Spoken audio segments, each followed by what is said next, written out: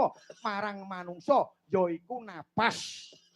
Kang angka loro braja gati. Braja iku gaman, gatiku kaperluan.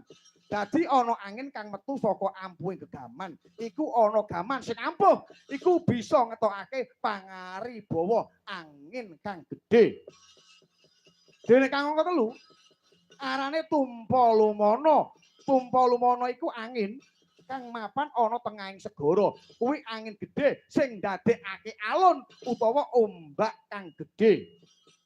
Dene kang papat kang aran sindung riwut.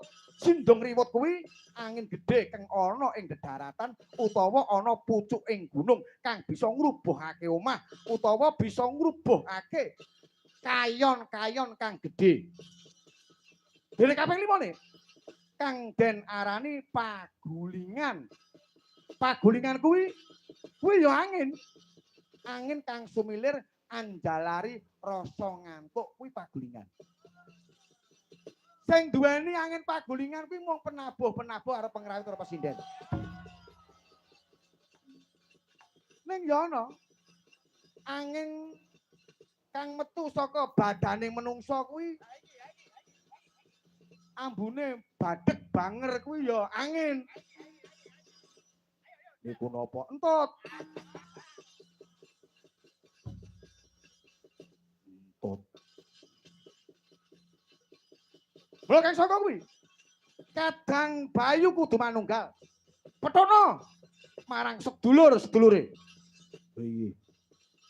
Kula nyuwun pangestu pukulun. Tak kanteni puja-puji sesanti. Muga kalis ing sambe kala ngger Prabansana.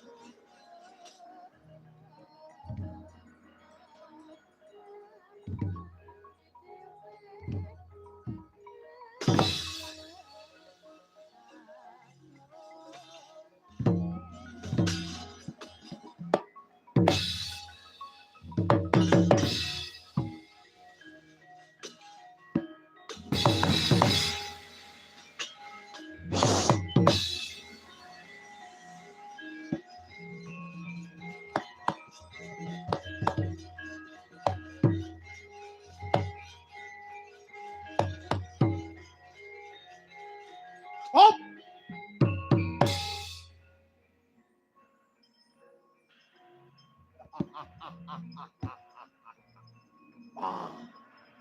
Oh.